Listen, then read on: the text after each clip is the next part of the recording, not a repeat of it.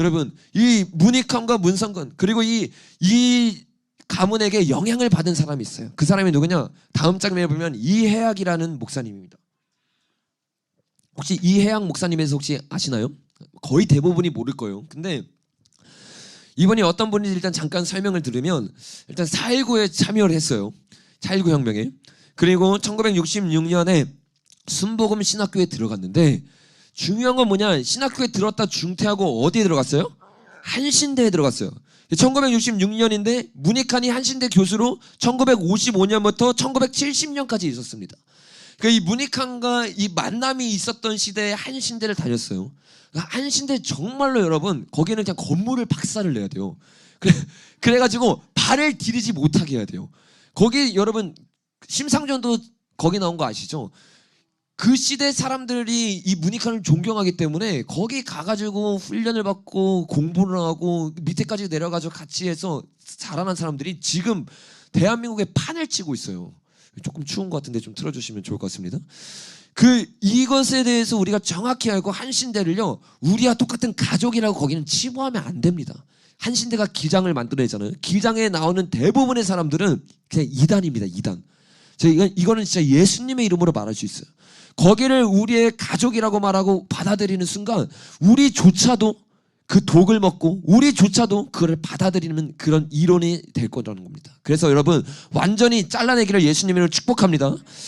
어쨌든 이 사람이 한신대에 들어갔어요. 근데 자신이 이 문익환을 추모하면서 이런 말 했어요. 그 다음 장면에 보니까 이 사람이 직접 하는 말이에요. 이해학 목사님이. 신나는 목회운동 누구에게 배웠대요? 문익환에게 배웠다. 위에 보면 사진인데 제가 그걸 잘랐습니다. 이해학 목사는 문익환 목사에게 목회도, 운동도, 어떤 운동일까요 이게? 네? 어떤 운동일까요? 그냥 운동일까요? 아니죠. 좌파운동, 민주운동이겠죠.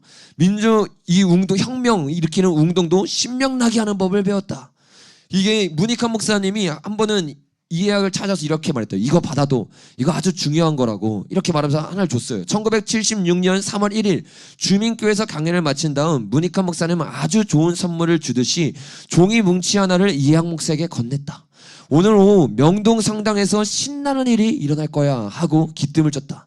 그 문치는 윤보선, 김대중, 함석헌, 안병무, 문동환, 김지하 등 10명의 민주 인사들을 설명한 민주구국 선언문이었다. 이게 선언문이 낭독되자마자 어떻게 됩니까? 이 사람들은요, 다 잡혀갔어요. 그리고 문익환 목사도 이것을 가지고 있었다는 이유로 같이 혐의를 받아서 잡혀갑니다. 그 다음 장면에 보니까 이해학 목사님이 문익환과 얼마나 관계가 있었는지를 보여주는 대목인데, 이렇게 말해요. 이 목사는 문익환 목사가 반복했다가 감옥에 가자 그를 대신해 전국 민족 민주운동 연합 전미련 조국통일위원장을 맡았다. 여러분, 그때 당시에 아까 설명한 것처럼 문익환은 이 386 세대에서 어떤 사람이었어요? 영웅과 같은 사람이었어요. 그리고 그 시대의 흐름을 주도하는 사람이었어요. 이게 아이러니한 거야. 교회가 정말로 복음으로 시대의 흐름을 왔다 갔다 해야 되는데, 이 김일성의 교시를 받고 이 복음이 아니라 주체상을 신봉하는 사람이 교회의 우두머리에 올라가가지고 이딴 짓을 하고 있는데, 그때의 교계는 이것을 깨닫고 있지 못했다는 거야. 그러니까 미혹되고 눈멀어 있고 시대를 분별하지 못하면요, 지금 주체 사상을 교회에서 외치고 있는데도 이것에 대해서 회개하라 한마디도 할 수 없는 시대가 되어버리는 거예요. 그래서 우리는 날마다 깨어 있어야 되는 거야. 근데 그 사람을 대신해서 또 누가 이거를 이어가요? 목사가 이어가요. 목사가. 그러니까 목사의 간첩이 얼마나 많은 줄 아셔야 돼요. 목사라고 다 목사가 아니에요. 교회라고 다 교회가 아니에요, 여러분. 이 이해학 목사가 그 뒤를 이어갔어요. 근데 이 이해학 목사는 어떻게 됩니까? 8.15 대회 이후 북에서 제안한 범미련, 북에서 제안했대요. 이 범미련을 지시를 받고 만들어서 12월에 베들레헴에 가서 북이 정금철 조평통 북위원장 해외 대표들과 회담한 후에 어떻게 됐어요? 국가보안법으로 구속돼서 1년 6개월을 살았어요. 이 이해학 목사님도 어떻게 됐어요? 국가보안법을 위반해서 감옥에 잡혀갔다 나온 사람이에요. 다음 장면 보니까 실제로 그게 엄청난 이슈이기 때문에 어떻게 돼요? 이 예전 신문에 나옵니다. 이 신문을 좀 확대해서 제가 글로 적었는데 한번 보여주세요. 다음 장면. 이렇게 적혀 있어요. 범미련 대표 3명 구속 수감. 범미련이 아까 뭐라고 했죠, 여러분? 북한의 지령을 받고 만든, 그 완전히 빨갱이인 거. 이거는 그냥 간첩인 겁니다. 지령을 받고 해가지고 잡혔는데 대표 3명이 누구냐? 조용술, 이해학, 조성우인데 조용술도 목사고 이해학도 목사예요. 여러분, 그냥 교회를 완전히 장악하고 있었던 거예요. 왜 잡혀갔습니까? 국가보안법 밑에 보니까 위반했는데 회합, 통신, 고무, 찬양, 동조. 하나님을 믿는다고 말하면서 여전히 김일성을 찬양하고 있어요. 김일성을 예배하고 있어요. 이 사람 밑에서 배운 사람들은 뭐를 배웠겠습니까? 그 사상들이 들어가는 거예요. 영이 들어가는 거예요. 영이라는 것은 얼마나 무서운지 몰라요. 우리가 여기 다 다른 환경에서, 다 다른 문화에서, 다 다른 교회에서 온 것 같잖아요. 근데 같은 진리를 보고 같은 영을 품고 있기 때문에 한 영이게 느껴지는 것처럼 이 영이라는 것은요, 굉장히 무서운 거예요. 우리가 다른 영과 딱 있을 때 그 부대낌이 느껴집니다. 이 사람들과 함께 있고 함께 지내다 보면요, 이 영이 틈타기 시작하는 거예요.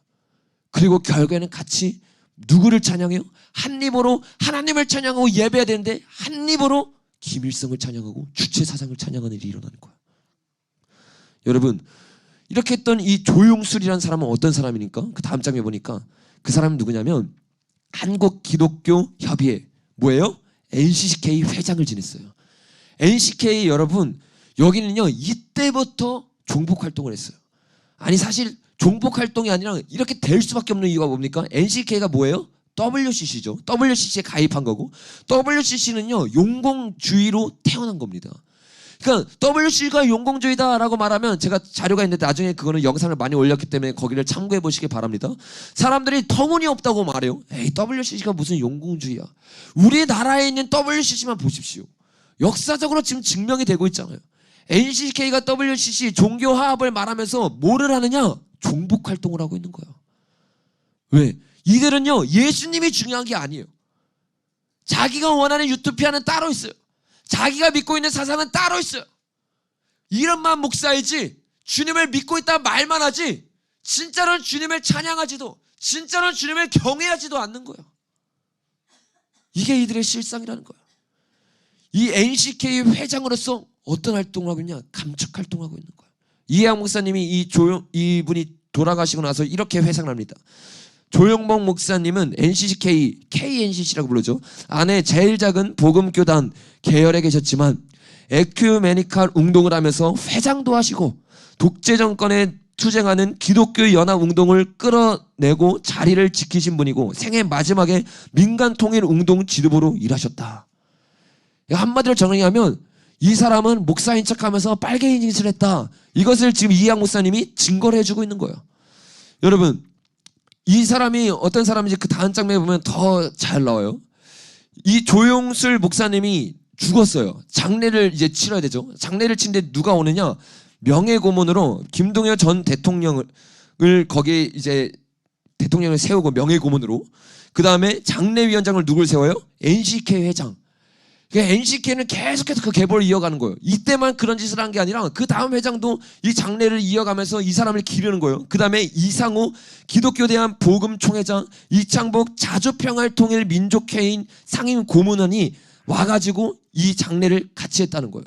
그리고 그 장례에 누가 왔어요? 수많은 정치인이 왔대요. 그리고 누가 왔어요? 노무현 대통령과 김대중 전 대통령 등이 보내온 조화도 눈에 띄었다. 이 사람들이 노무현 대통령과 김대중 대통령도 우러러보고 존경할 만큼 이 종북 활동을 하고 그때 당시 386 세대에 엄청난 영향력을 끼치고 있었던 사람 중 한 명이 이 조용술 목사라는 사람이에요. 이 조용술 목사가 이해학 목사가 이런 짓을 했고 그 위에 문익환 목사가 있었고 그 계보를 계속 이어면서 하는데 국가가 어떻게 돼요? 그때 당시에 반공 정신이 투철하니까 이들을 계속 잡아놓는 거야. 그러니까 자연스럽게 이들이 외치는 게 뭐예요? 한번 띄워주세요. 목사들 보안법 철폐 침묵 행진. 이때 당시에 목사님들이 뭐 했느냐? 정치 이야기 하지 말라고 했던 그 목사들의 선배들이 보안법을 철폐하기 위해서 침묵 행진을 했다는 거야. 그 밑에 보니까 사진들이 있죠. 국가보안법 철폐를 위한 성직자 걷기 대회. 여러분, 이게 지금 우리나라에서 우리가 몰랐던 역사에서 일어나고 있던 일이에요. 완전히 교회가 거꾸로 되어 있었어요. 이 이해학 목사의 경력이 또 하나가 있는데 그게 뭐냐면 다음 장면에 보니까 뭐라고 적혔습니까? 주요 경력 옆에 보니까 NCCK 정의평화위원회 위원장으로 있었어요. 그러니까 NCCK는요 종복이랑 뗄래야 뗄 수 없습니다. 거기는 지금도 제가 간첩 잡는 경찰들에게 팁을 드리면 거기 파면요 100%뭐 하나 나옵니다. 거기는 지금도 분명히 그 북한이랑 연결을 가지고 있고 대복을 위해서 여러 가지 연구를 하고 있고 여러 산하단체와 함께 일을 하고 있어요. 여러분 이해영 목사님이 이렇게 NCK가 가입돼 있고 WCC를 옹호하니까 당연히 복음적인 예수님을 믿을 리가 없죠. 그 이해영 목사님이 그 감옥에서 나와서 환영사라는데 누가 옵니까? 다음 장면에 보니까 스님이 와서 축하를 해줘요. 그러니까 어떤 일이냐면 이 사람은 종교가 상관이 없어요. 이 사람은 예수님이 상관이 없고 진리가 상관이 없어요. 뭐가 필요해? 자신이 생각하는 유토피아가 필요한 거예요. 자기가 이루길 원하는 그 진리, 우리가 말하는 성경의 진리가 아니라 주체 사상을 이루길 원하는 거예요. 그거를 위해서라면 야합을 하고 화합을 하기 시작하는 거예요. 여러분 진짜 연합은요 연합만 한다고 되는 게 아니에요. 진짜 연합은요 타협하지 않고 진리를 따라갈 때만 좁은 길 가운데서 만나는 겁니다. 이 시대에 진짜 연합을 이루기 위해서는요 사람들을 많이 모으는 게 아니에요. 정말 진리를 외치고 좁은 길이지만 목숨 걸고 한 명이라도 온다면 그 사람과 연합할 때 어떤 일이 일어납니까?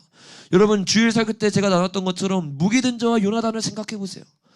해변에 모래와 같은 많은 수의 블레셋 사람들이 와도 그 두 명의 한 마음이 된 그 마음 뭐라고 말하는지 아세요? 무기든 자가 요나단 당신이 가면 나도 가겠습니다. 당신이 멈추면 나도 멈추겠습니다. 한 마음이 됐어요. 그러니까 요나단이 뭐라고 말하는지 아세요?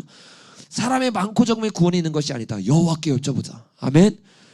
둘이가 하나 되는데 둘이가 뭐로 하나 되느냐? 인간적인 연합이 아니라 하나님께 하나가 된 거예요.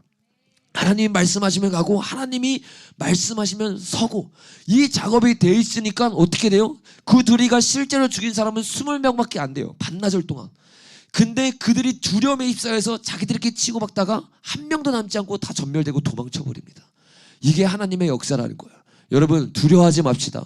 우리의 수가 적더라도 낙심하지 맙시다. 오직 우리는 진리를 외치고 복음으로 우리를 감싸고 훈련하기를 예수님의 이름으로 축복합니다. 이 사람이 이해영 목사님이 이렇게 문익학과 이렇게 같이 나아가고 수많은 사람들이 그때 당시 386에 엄청난 영향력을 끼치는 자리까지 올라갔어요. 이 이해영 목사님의 사람이. 이 사람이 얼마나 문익학 목사님을 존경했냐면 이 다음 장면 보면요. 이해학 목사님의 따님이 이보은이라는 분이 이보은 옆 신부죠. 근데 결혼을 하는데 누가 지금 주례를 보고 있어요? 문익학 목사가 주례를 보고 있어요. 근데 여기서 여러분이 충격적인 게 하나가 있는데 옆에 있는 남자가 누구일 것 같아요? 이인영입니다. 이인영. 그러니까 이해학의 사위가 누구냐? 이인영이에요. 이인영 누군지 아시죠? 그러니까 여러분 이인영은요 종교에 대해서 모르는 게 아니에요. 교회에 대해서 모르는 게 아니에요. 교회에 대해서 누구보다 잘할 수밖에 없는 조건을 가지고 있습니다. 왜? 문익환 목사랑도 주례를 받고 친했고 존경했고 그리고 무엇보다 자신의 아내의 아버지가 누구예요? 이해학 목사예요. 386을 주름 잡고 있는. 그러니까 이 이해학 목사는요 어마어마한 영향을 가지고 있고 그 밑에 있던 사람이 바로 이인영입니다. 근데 이 이인영이 뭐라고 말해요? 그 다음 장면 보니까 우리가 총살을 잡고 나면 종교를 재편하겠다.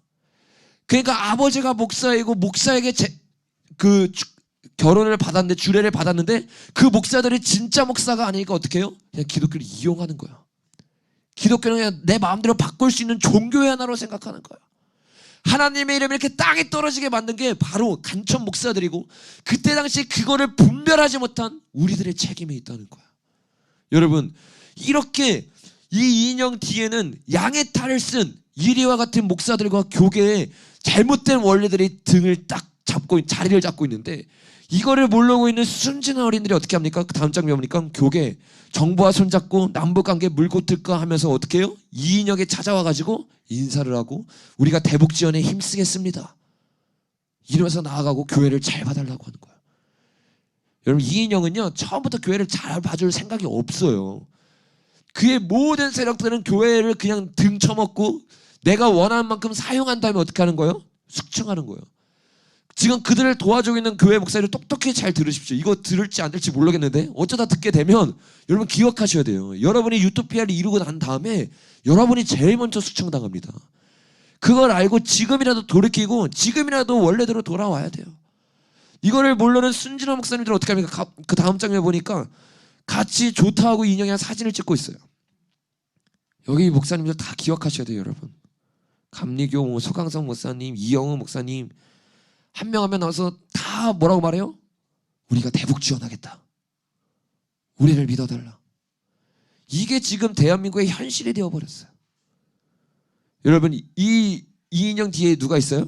이해양 목사가 있습니다. 이해양 목사. 단순히 목사라고요? 아니에요. 386의 이 주체 사상을 신봉하는 모든 사람들을 주름 잡을 만한 영향력을 가지고 있는 사람. 이 사람의 영향이 얼마나 대단한지 한번 보겠습니다. 그 다음 장면 보니까 이 김태년 혹시 아세요? 이 의원이에요. 이 인형은 여러분 아시죠? 이것에서 포럼을 썼는데 이 두 사람의 독특한 인형이 있대요. 뭐냐면 전대협 1기 출신이에요. 3번 다 당선이 됐던 사람이에요. 그러니까 3번 당선되면 3선이면 어마어마한 거죠. 근데 공통점이 뭐냐면 이 인형이 장인인 민주화 운동가인 이해양 목사가 이 둘을 연결하는데 어떻게 연결하느냐? 이 목사님이 성남에서 주민교회라는 데서 목회를 합니다. 이 주민교회에 누가 다녔느냐? 김태년이 대학을 졸업한 후에 성남에서 시민운동을 하는데 거기서 정치적 기반을 닦을 때 어디를 다녔어요? 이 교회를 다녔어요. 그러니까 교회를 왜 다닌 거예요? 정치적 기반을 닦기 위해서 이해양 목사님한테 배우기 위해서. 거기는요 복음이 선포되는 게 아니에요. 이거 다음 장면 뚫어주지 마세요. 네, 네. 우리 영상팀 축복합니다. 이 어디까지 하는 것이죠? 네, 이 김태년이 복음을 듣기 위해서 거기 간 게 아니고 복음이 선포된 게 아니라 거기서 민주화 활동이 일어나고 있었고 그걸 주체 사상을 배우고 있었고 심지어는 뭐라고 말하고 있어요? 이 김태년이 교회를 다니고 있었는데 그를 눈여겨본 이 목사는 정치를 해보지 않겠느냐 하고 권했어요. 이 김태년을 누가 정치로 이끌었냐? 이해양 목사님이 이끌었고 그를 성남에서 당선시켰어요. 왜? 성남의 이해양이 꽉 잡고 있거든요. 성남의 조직 체계를 다 가지고 있고 성남에서 어렸을 때부터 민주화 운동을 했고 거기에 이 성남에서 했던 모든 항쟁들 다 이끌었던 분이 바로 이해양 목사예요. 그러니까 이해양 목사님이 세우고 싶은 사람은 그냥 세워지는 거예요. 김태현도 3번이나 세워졌습니다. 그리고 또 누가 세웠어요? 그 다음 장에 보니까 이재명도 마찬가지예요. 그러니까 당선이 되고 어떻게 합니까? 찾아와서 같이 인사를 나누고 이 주민교회에서 행사가 있을 때 찾아와서 같이 사진을 찍은 장면도 여러 포착이 되어 있어요. 얼마나 충격적입니까? 이만큼 지금 좌파를 꽉 잡고 있는 게 누구예요? 목사예요, 목사. 어떤 목사? 복음 위에 서 있는 목사가 아니라 양의 탈을 쓰고 목사 행세를 하면서 기독교 행세를 하면서 주체 사상을 신봉하고 있는 사람. 이게 지금 우리의 실상이고 이재명이 나오고 이러면 언제예요, 여러분? 지금이에요, 지금. 2020년, 2019년, 18년. 지금까지 이런 사람이 목사라고 하고 있는데 가만히 놔둬요. 이게 지금 충격적인 현실이라는 거예요. 여러분 다음 장면 보니까 자유경제 경제원 세미나에서 이 이해란 자유통일문화원 원장이 이런 말을 했어요. 기독교계의 종북자익 세력의 실상 이러면서 기고를 했는데 이렇게 말합니다. 보이는 적은 대처가 가능하지만 선교사, 목사 등 종교인의 탈을 쓴 은폐대적은 대처가 어렵다. 왜 어렵냐면 첨령, 나눔. 첨령은 사실 기독교의 사상이 아니죠. 그런데 항상 이 좌익 목사들은 뭘 말해요? 첨령을 말하면서 대형교회를 까고 대형교회의 비리를 드러내요. 그러면서 아이러니한 거는 자기들은 또 대형교회야. 이런 말도 안 되는 어폐 속에 있는데 어쨌든 청렴, 나눔, 봉사, 평화, 하회, 사랑, 이 NCK가 다 외치는 것들이죠. 섬긴 등의 온갖 미사역으로 자신들을 포장하고 있기 때문에 이들의 설교 행간에 들어있는 공산주의의 독소는 여과 없이 세뇌되기 쉽다. 공산주의 사상을 그냥 넣어주는 게 아니에요. 언제 넣어주냐? 설교 시간에 넣어주는 거예요. 그러니까 제가 여러분에게 늘 말하는 게 왜 강단을 지켜야 되느냐? 왜 강단에서 진리가 선포되지 않으면 이것에 대해서 외쳐야 되고 회개해야 되고 돌이켜야 되고 정말 주님의 일들이 일어날 수 있도록 우리가 끝까지 싸워야 되느냐? 여러분 진리가 들어가지 않으면 반드시 비진리가 들어가게 돼 있어요. 사람은요 무엇인가를 붙잡는 사람입니다. 왜? 우리는 존재론적인 공허함을 가지고 있어요. 이거는 나쁘게 말하면 공허함이지만 예수님이 우리를 지었을 때 예수님과 사귐을 나누고 영생 가운데 들어가기 위해서 영원한 배고픔, 영원한 갈망을 우리에게 줬다는 거예요. 그래서 진리가 들어가지 않으면 사람들은 뭐를 붙잡습니까? 술을 붙잡기도 해요. 마약을 붙잡기도 해요. 음란을 붙잡기도 해요. 또 하나 사상과 이데올로기를 붙잡기 시작하는 거예요. 그리고 거기에 사로잡혀서 그것을 가지고 나아가는데 그게 강대상에서 풀어지는 순간 그것을 붙잡는 사람은 예수를 믿고 있다고 착하고 예수를 위해 살고 있다 착각하고 하나님을 위해 일하고 있다고 착각하고 지옥에 떨어진다는 거예요. 그 이거는요 단순히 이 땅에서의 유토피아고 아니고의 문제가 아니에요. 사상의 문제가 아니에요. 수많은 사람들의 영혼이 걸린 문제라는 거예요. 어떻게 이 문제를 보고 우리가 침묵할 수 있겠냐는 거예요. 그 사상이 뭐예요? 바로 신학에서는 해방신학이에요. 그 다음 장면에 그 장면을 보니까 밑에 보면 이렇게 말해요.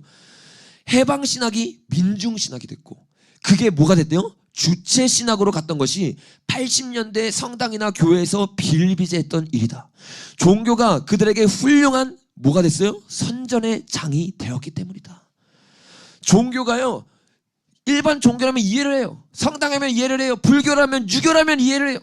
근데 기독교 교회는 진리를 가지고 있는데 진리가 있다면 이게 들어갈 수가 없는데 진리 대신 자유주의 신학이 들어와요.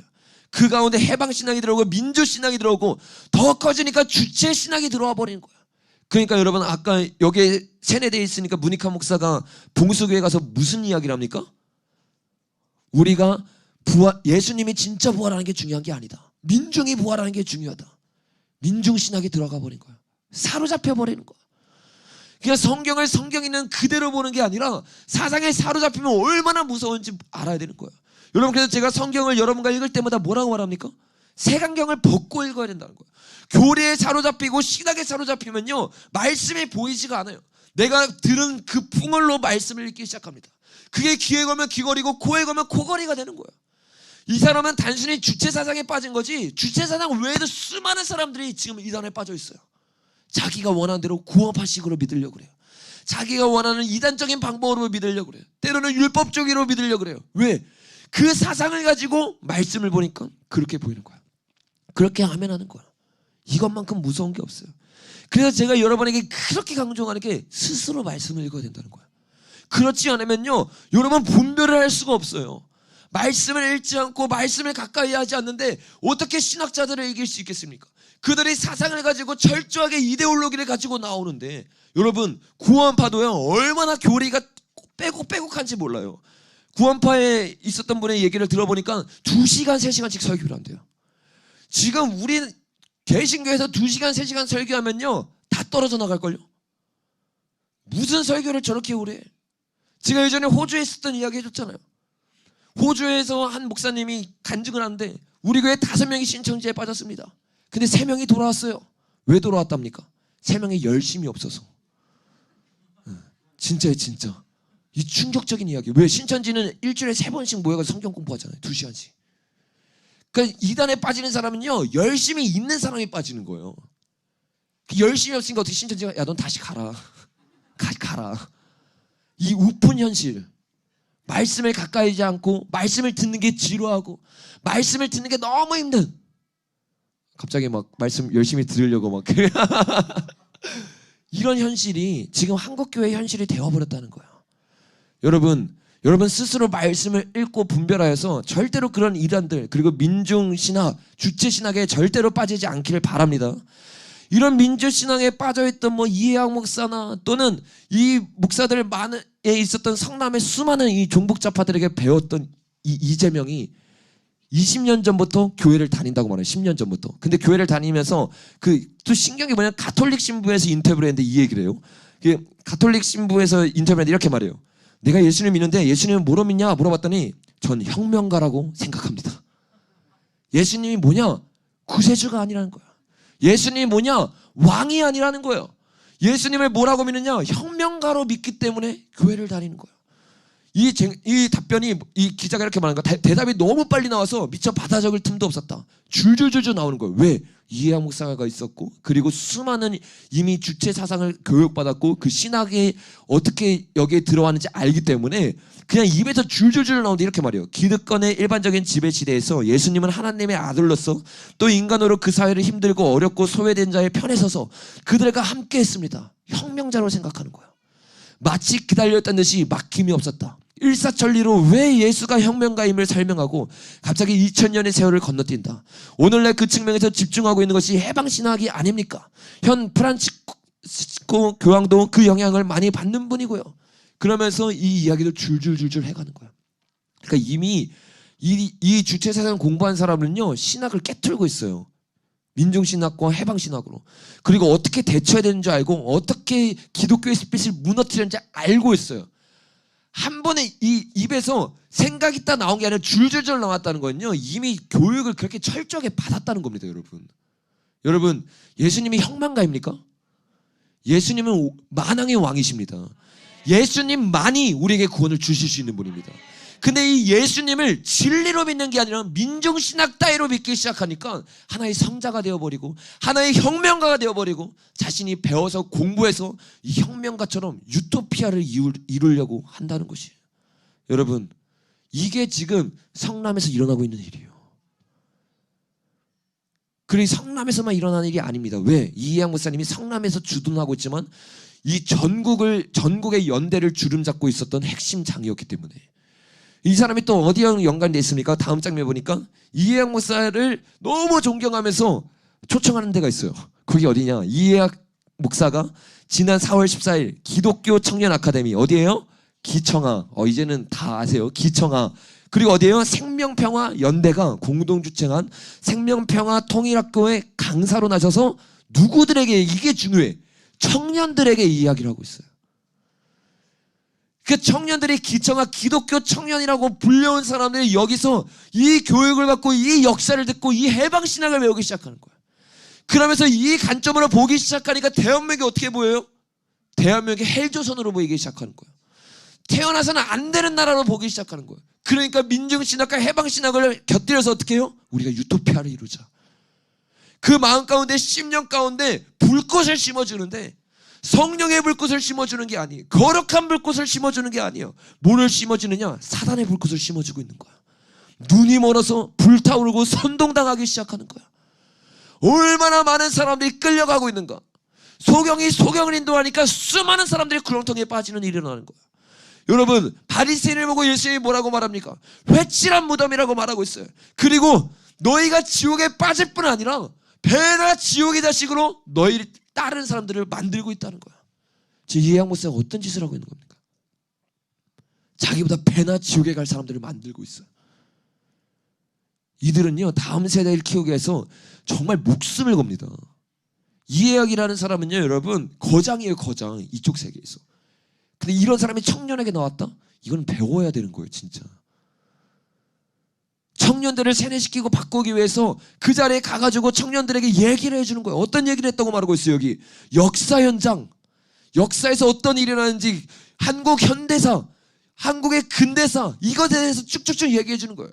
이 사람이 가지고 있는 역사관이 어떤 역사관이겠습니까? 이승만이 세운 기도로 세워준 대한민국을 부정하는 역사일 거야. 그 역사 가운데 수많은 사람들이 세뇌당하는 거야. 왜? 다면으로 받아들이지. 학교에서부터 이승만은 다리 끊고 도망간 놈으로 배우고 있는데. 그러니까 지금 모든 데가 지금 여기 교회뿐만 아니에요. 지금은 우리가 교회에 있기 때문에 교회에 있는 부분만 나누고 있는 거예요.